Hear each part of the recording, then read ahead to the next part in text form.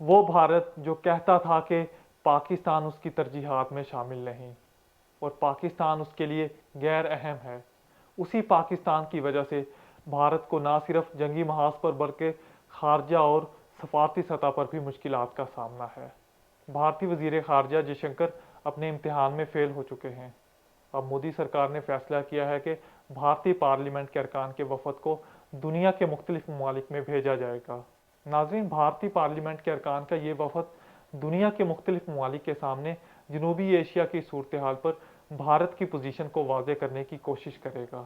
بھارتی اپوزیشن جماعت کانگریس نے بھی اس وفد میں شامل ہونے کی حامی بھر لی۔ اس وفد کی قیادت بھارتی رکن پارلیمنٹ ششی تھرور کریں گے۔ ناظرین، بھارتی اراکین پارلیمنٹ کا یہ وفد دنیا کے مختلف ممالک جن میں امریکہ، برطانیہ، جنوبی افریقہ، قطر اور متحدہ عرب امارات جیسے اہم ممالک کا دورہ کرے گا اور بھارت کی پوزیشن کو واضح کرنے کی کوشش کرے گا۔